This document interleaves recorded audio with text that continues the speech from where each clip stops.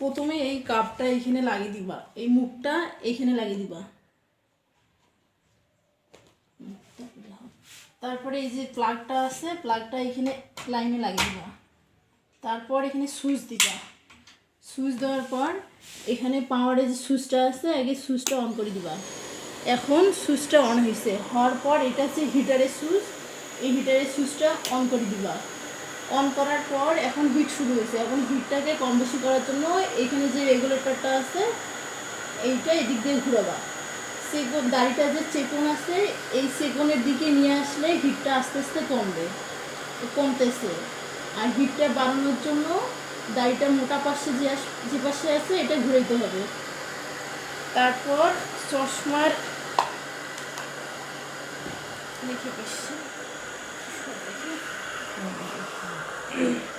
যে চশমার ইয়াগুলো এইভাবে ধরবা।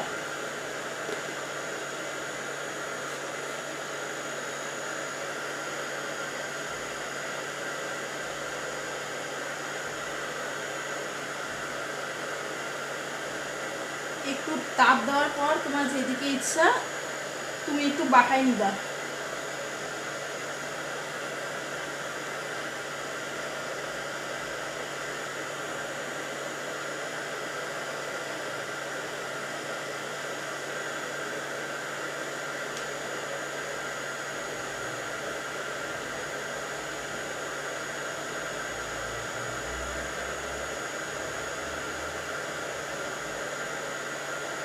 এই যে নরম হয়েছে, নরম হইলে এটাই দিক দিয়ে বাঁকিয়ে নিবা।